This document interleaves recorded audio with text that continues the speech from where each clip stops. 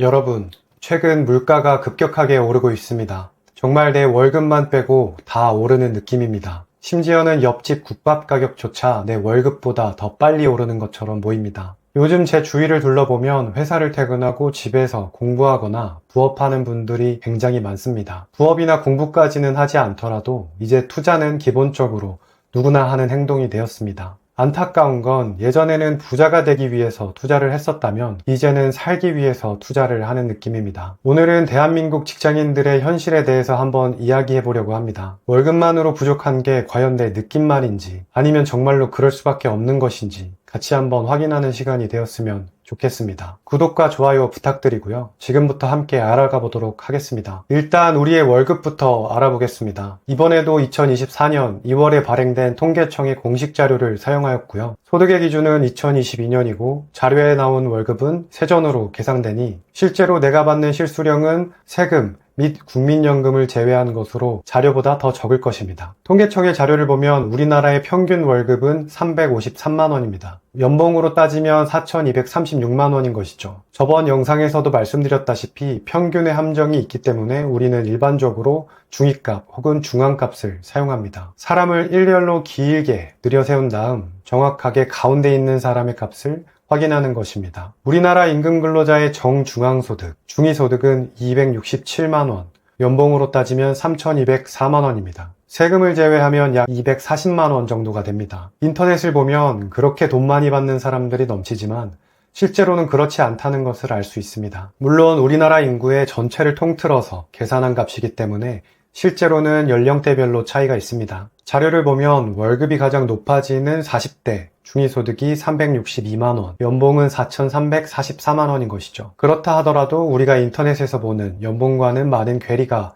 있는 것을 알 수 있습니다. 고소득자 기준으로 가장 많이 사용되는 연봉 1억을 한번 살펴보겠습니다. 연끌 기준으로 연봉 1억이 되는 사람은 세전 월급이 약 833만원입니다. 통계청 자료를 살펴보면 월급이 800만원 이상인 사람이 전체의 7% 받게 되지 않는 것을 확인할 수 있습니다. 인터넷에서는 누구나 다 1억이라고 하지만 정작 그렇게 받는 사람들만 글을 쓰는 것이기 때문에 실제로는 매우 적다는 것을 알 수 있습니다. 더 나아가서 우리나라 평균 소득인 350만원을 받는다면 상위 몇 프로에 들어가는지도 한번 확인해 보겠습니다. 우리나라 평균 소득인 350만원 이상을 받는 사람조차 우리나라의 35%밖에 되지 않습니다. 따라서 여러분들이 SNS를 보면서 누가 얼마를 벌고 하는 것들에 스트레스를 받으시지 않으셔도 될 것 같습니다. 실제로는 대부분 이 영상을 보는 여러분과 비슷할 테니 말이죠. 그럼 다음으로 과연 직장인의 월급만으로 충분한지에 대해서 한번 살펴보겠습니다. 영상을 보시는 여러분들이 단순히 살아가기만을 위해 아끼는 것이라고는 생각하지 않습니다. 미래는 좀 더 나았으면, 미래는 좀 더 여유로웠으면, 최소한 남들처럼 살고 싶다고는 생각하실 텐데요. 그렇다면 월급만으로 이렇게 살 수 있는지, 우리가 일반적으로 목표의 첫 번째로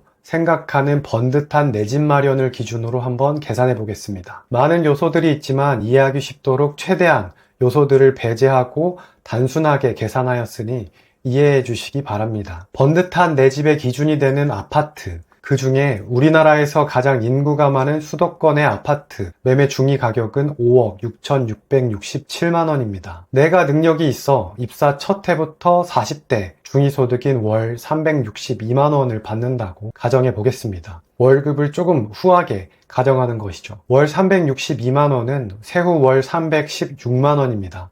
아무도 안 만나고 단칸방에서 편의점 도시락만 맨날 먹지 않는 이상 월 150만 원 이상 저축하는 것은 사실상 힘들 것입니다. 그래도 정말 열심히 저축한다는 가정으로 월 165만 원씩 저축한다고 생각해 보겠습니다. 1년에 저축할 수 있는 돈은 약 2천만 원입니다. 그랬을 때 1억을 모으는데 5년, 5억을 모으는데 25년이 걸립니다. 평생을 단칸방에서 밥만 먹고 살아도 수도권에 집 한 채를 살려면 25년이 걸리는 것입니다. 하지만 여기서 우리가 간과한 것이 하나 있는데요. 바로 집값 상승률입니다. 자료를 보시면 2021년, 22년도에 엄청난 상승률을 제외하고도 직선을 그어서 만들어진 10년간의 연평균 집값 상승률을 보면 연 6%대입니다. 이미 5억인 집값의 연 6% 상승이면 1년에 3천만 원씩 상승하는 것입니다. 내가 연 2천만 원을 적금하더라도 내가 사려고 하는 집은 연 3천만 원씩 상승하고 있습니다. 아무리 아끼고 아껴도 내가 사려고 하는 집의 집값이 오히려 점점 늘어나는 것입니다. 조금 더 나은 상황을 만들어 나와 동일한 월급을 받는 배우자를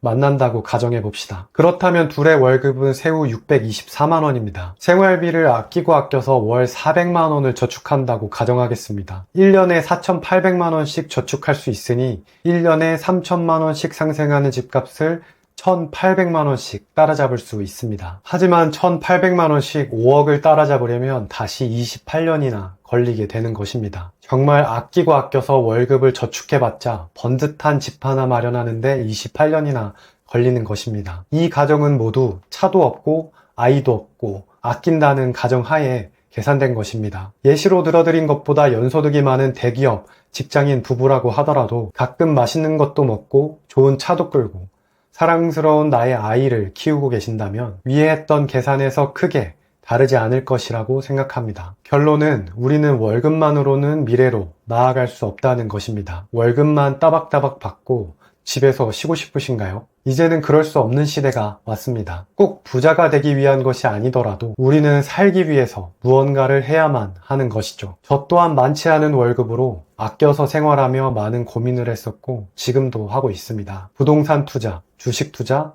은행 예금, 암호화폐 투자 등 안 해본 것이 없습니다. 많은 시간을 직장 외 소득 부분에 대해서 고민했었고 크게 성공했던 경험도 실패했던 경험도 있습니다. 뚜렷한 목표를 위해 나아가고 있는 중입니다. 여러분들도 이번 영상과 지난번에 보여드린 대한민국 자산 기준을 통해서 자신만의 뚜렷한 목표를 세우고 함께 나아가시길 바라겠습니다. 저의 영상과 함께 하신다면 여러분들도 언젠가는 경제적 자유를 이룰 수 있을 것입니다. 영상이 마음에 드셨으면 구독과 좋아요 부탁드리고요.